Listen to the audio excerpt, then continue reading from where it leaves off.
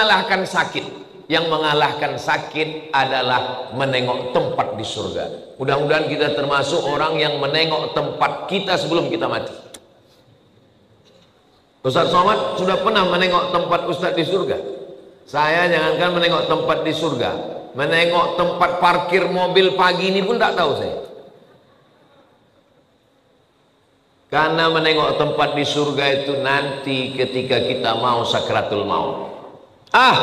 Masa iya Pak Ustadz sakitnya mati bisa dikalahkan? Itu logikanya begini, rasionalnya begini. Ibu habis melahirkan anak, sobek dagingnya, mohon maaf, sakit. Tak usah saya ceritakan sakitnya. Nanti kalau saya ceritakan ibu-ibu, alah macam pernah aja Ustadz itu. Ibu sedang terbujur sekarang di rumah sakit, baru saja disobek dokter kulitnya, koyak mengeluarkan bayi. Tak lama kemudian datang bidan membawakan bayi, lalu ibu pun menggendong anak itu. Ibu senyum atau tidak? Senyum. Yang saya tanya, sakit atau tak sakit? Inilah hebatnya ibu yang saya tanya, bisa pula bapak tuh merasakan sakit. Kan memang cinta sejati lah orang. Ibu itu baru saja melahirkan anak, nyawa taruhannya, koyak dagingnya, tapi menengok anak tersenyum dia. Begitulah mati itu. Sakit, tapi sakitnya kalah. Kenapa?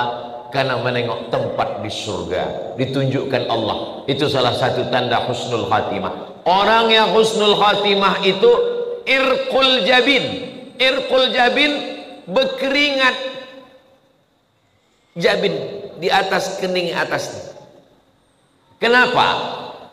Kenapa orang yang mati husnul khatimah itu berkeringat di atas jabin ini? Karena malu. Biasanya orang kalau malu kan merah wajahnya karena tersipu malu.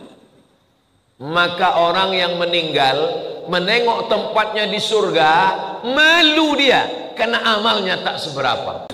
Man shalla subha fi jama'atin, siapa yang sholat subuh berjamaah, faka'annama shallal laila kullah, dapat pahala seperti sholat sepanjang malam. Mudah-mudahan kita termasuk yang mendapatkan pahala itu insyaallah. Man shalla subha fi jama'atin, siapa yang sholat subuh berjamaah, kana fi zimmatillah, maka dia dalam perlindungan Allah. Jadi kalau mau kita dapat lindungan Allah, anak kita dapat lindungan Allah, maka istiqomahkan sholat subuh berjamaah.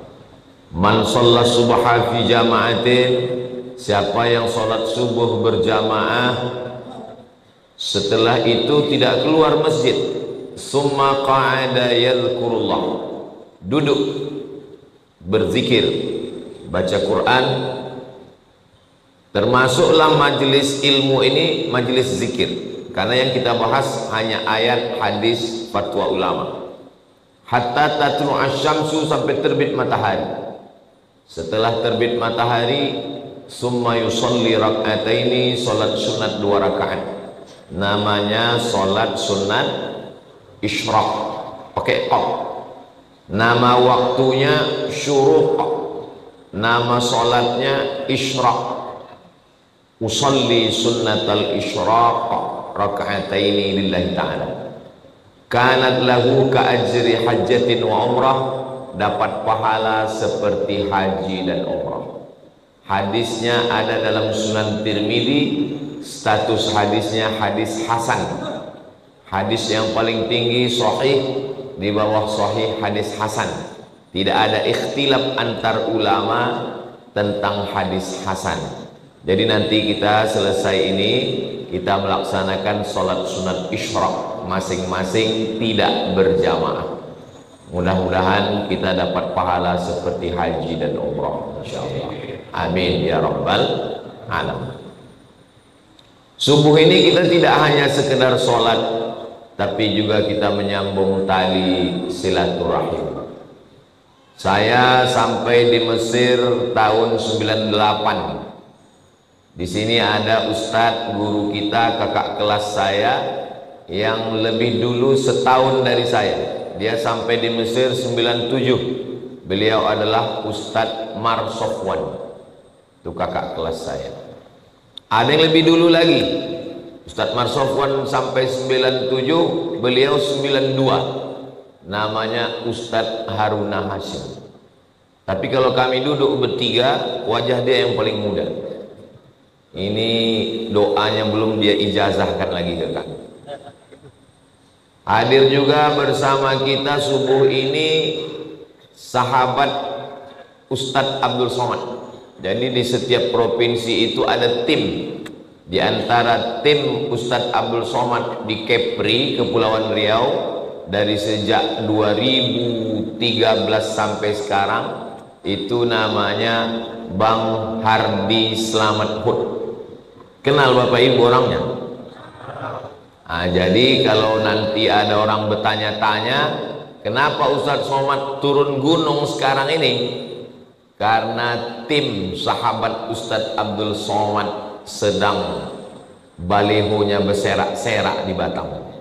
Itulah kenapa saya turun membuat tablik akbar, pertemuan entah kemana-mana sebagai ikhtiar. Jangan nanti Bapak Ibu tidak bisa menjawab kalau ditanya orang, kenapa Ustadz Somad turun ke Batam sekarang? Entah latah-latah aja dia itu sekarang. Ustadz Somad kalau ada tim yang mencalonkan diri, dia pasti turun, karena itu bagian dari dakwah. Karena kalau saya yang ceramah tak sanggup. Saya ke Batam ini setahun cuma 4 hari. Hari Jumat, Sabtu, Ahad, Senin, setahun sekali cuma saya turun.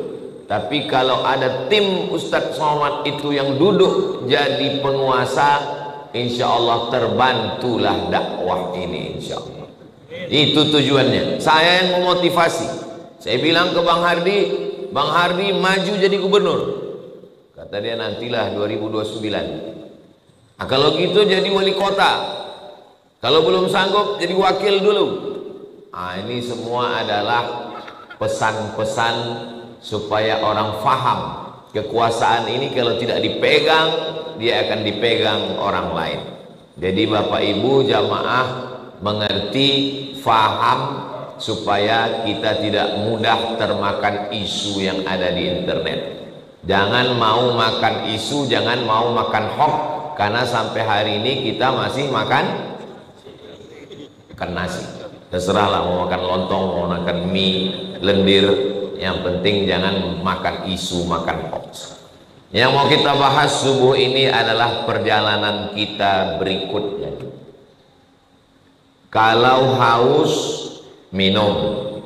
Kalau lapar, makan. Kalau kepanasan, hidupkan kipas, hidupkan AC. Kalau kedinginan, pakai jaket.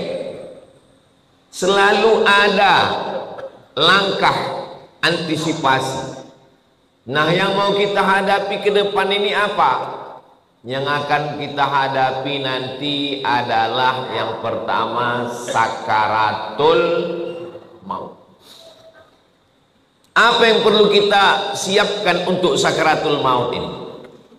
Banyak orang menghadapi pensiun udah siap. Saya Pak Ustadz untuk pensiun ini udah saya siapkan 100 pintu kos-kosan Pak Ustadz. Banyak betul Pak, baru pintunya aja Pak Ustadz. Yakin betul dia malaikat maut itu datang setelah pensiun. Tidak salah, tak ada salahnya orang yang menyiapkan ruko, menyiapkan kos-kosan. Bagus, tidak salah. Itu ikhtiar. Tapi tak banyak yang mempersiapkan untuk sakaratul maut. Siap-siap untuk pensiun, belum tentu jadi. Belum tentu. Bisa jadi sebelum pensiun sudah mati. Tapi mati ini tidak kita siapkan pun pasti mati. Yang paling pasti dalam hidup ini adalah mati. Apa yang kita siapkan untuk sakaratul maut itu? A'udzubillahi minasyaitonir rajim. Innal ladzina qalu rabbuna Allah Summastaqamu, orang yang selalu menyebut Allah kemudian dia istiqamah, tatanazzalu alaihimul malaikah, turunlah malaikat waktu dia mau sakaratul maut, waktu ruhnya mau keluar dari jasad, turun dua malaikat. Malaikat yang pertama berbisik, alla takhafu, jangan kau takut.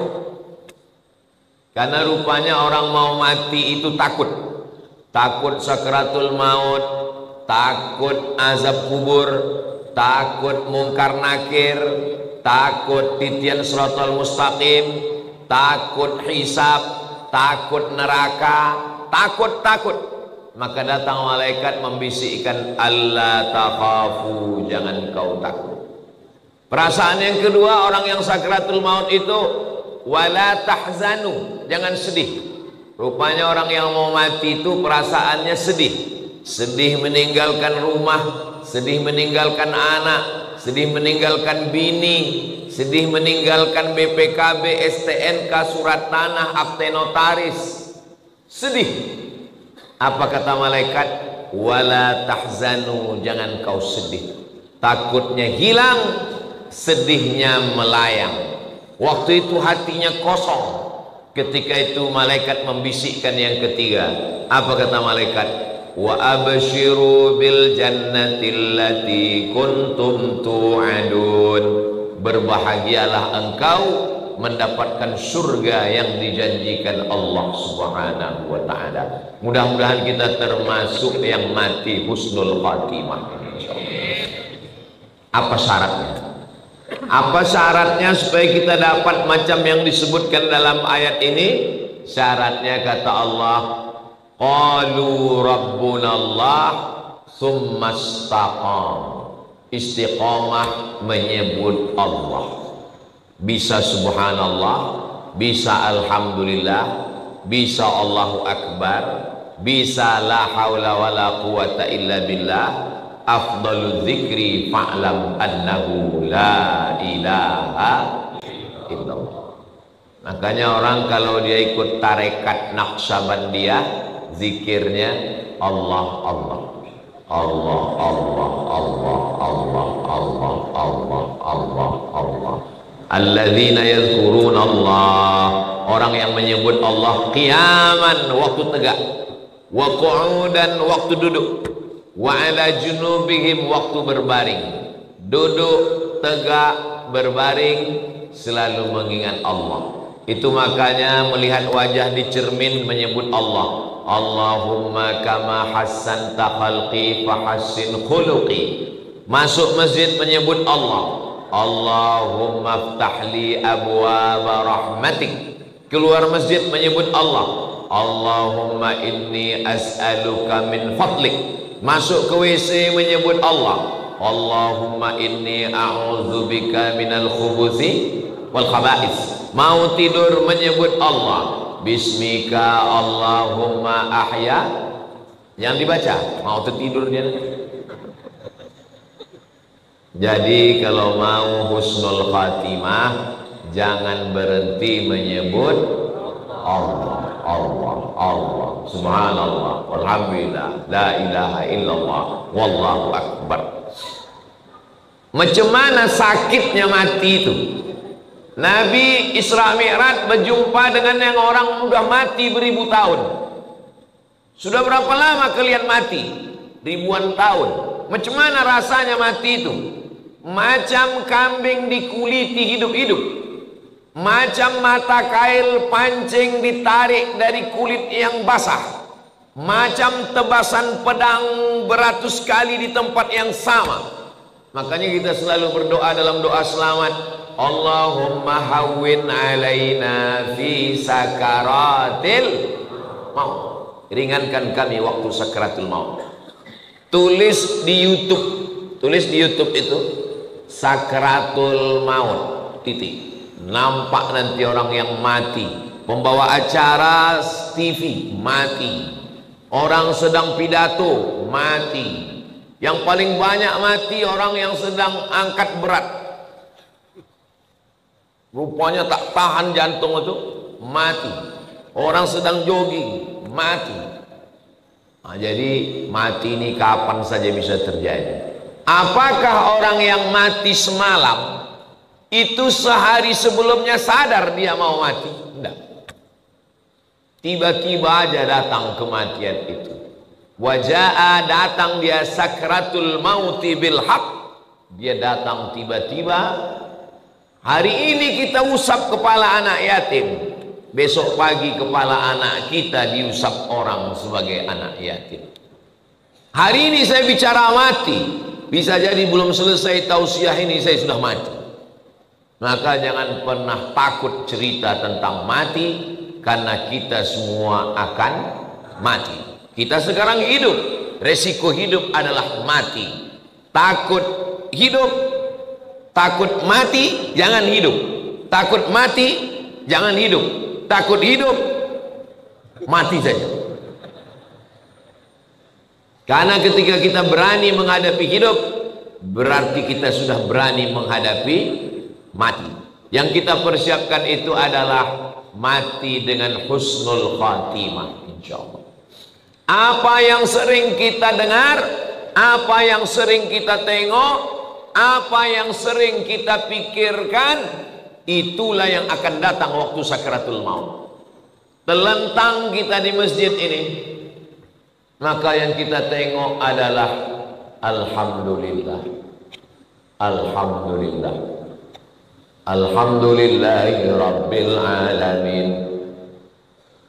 Itu maka kaligrafi ditulis di dinding supaya apa? Supaya mata menengok. Kalau bawa mobil dari Makkah ke Madinah, dari Makkah ke Jeddah, di pinggir jalan, subhanallah walhamdulillah la ilaha illallah wallahu akbar. Kenapa di pinggir jalan itu ditulis? Supaya kalau mati husnul khatimah. Beda tempat kita, di pinggir jalan yang tulis iklan es krim sama skincare. Makanya matinya bukan menyebut Allah, kredit. Apa yang sering kita dengar, apa yang sering kita tengok, apa yang sering kita pikirkan, itulah yang akan datang waktu sakaratul maut. Ada orang koma di masjid di Rumah Sakit Cipto Mangunkusumo Jakarta. Koma, belum titik lagi, masih koma, tidak sadar-sadar. Kata dokter, bawa orang ini ke rumah karena sudah tak ada harapan hidup. Ini tinggal menunggu aja lagi. Obat sudah tak ada sampai masanya mati ini nanti. Akhirnya anak istrinya pun dah menyiapkan mau bawa pulang ke rumah. Begitu mau dibawa pulang ke rumah, tiba-tiba duduk dia. Dokter pun terkejut, anak bininya pun terkejut. Kok sadar dia lagi? Akhirnya ditanyalah orang ini. Bapak kan koma, iya. Di dalam koma itu apa yang bapak rasakan? Aku tak ingat apa-apa. Terus kenapa tiba-tiba sadar? Tiba-tiba datang Ustadz Somad. Apa kata dia? Ditanyanya saya, kapan kau buat tablik akbar? Akhirnya saya pun terduduk. Pokoknya nanti kita buat tablik akbar di kampung. Akhirnya dibuatnya lah acara di tepi Danau Maninjau. Nama acaranya Pulang Basamo. Akhirnya saya datangi bapak ini, dia dari Jakarta. Apa betul bapak koma di Rumah Sakit Cipto Mangunkusumo? Betul Pak Ustadz. Terus dalam koma itu apa yang bapak rasakan? Tiba-tiba Ustadz datang bertanya ke saya, kapan tablik akbar? Itulah saya duduk sadar tuh Pak Ustadz. Lama saya menung. Jangan-jangan aku ini udah wali. Dua gendangnya, kalau tak wali murid, wali kelas. Saya ini orangnya rasional. Saya selalu penasaran, kenapa bisa saya datang ke dalam komanya itu. Lalu saya tanya dia, Bapak kalau pagi apa yang Bapak lakukan? Saya hidupkan handphone, saya dengar tonton YouTube Ustaz. Oh. Kalau Bapak sampai di tempat kerja apa yang Bapak lakukan? Kalau sedang kosong saya tonton lagi YouTube Ustaz. Kalau Bapak mau tidur malam apa yang Bapak lakukan? Sebelum saya tidur yang terakhir saya tonton adalah YouTube Ustaz. Baru saya paham. Apa yang selalu ditonton, itulah yang dibawa ke alam bawah sadar, itulah yang datang waktu tidur dan waktu koma, dan itu juga lah yang datang waktu husnul khatimah, insyaallah. Rasional, masuk akal. Tanyalah sama pakar-pakar psikologi, kenapa bisa itu yang terbawa-bawa. Makanya bapak-bapak pikirkan yang bagus-bagus aja, jangan pikirkan yang waktu SMP SMA dulu. Mau dia mengigau terbawa ke malam, tiba-tiba udah sambal belacan aja di muka. Maka saudaraku yang dimuliakan Allah subhanahu wa ta'ala, kalau yang kita pikirkan itu adalah akhirat, yang kita pikirkan itu adalah nama Allah, maka insya Allah kita semua mati dalam keadaan husnul khatimah. Nah, ruh kita keluar dari hembusan. Makanya orang yang mati itu biji matanya terbuka. Semua orang yang mati biji matanya terbuka. Apa yang ditengok waktu mata terbuka? Yang ditengok itu adalah ruh keluar dari mulut dan hidung. Dulu ruh itu masuk ke dalam jasad ini dihembuskan. Wa nafakhtu fihi min ruhi, aku hembuskan ruh. Rahaya ruhu, pergi berhembus. Ruh itu artinya pergi dan datang berhembus. Maka waktu datangnya berembus, perginya pun berembus.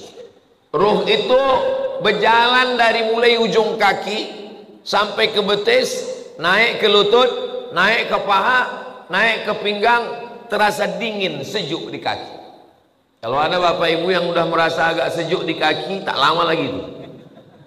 Naik dia ke atas, naik dia ke atas, naik dia ke atas, keluar dia dari mulut, biji mata menengok ruh itu keluar, maka datang orang lain memejamkan mata kita. Bismillah wa ala millati Rasulillah, inna lillah wa inna ilaihi raji'un. Menggerakkan tangan ringan, menggerakkan lidah ringan.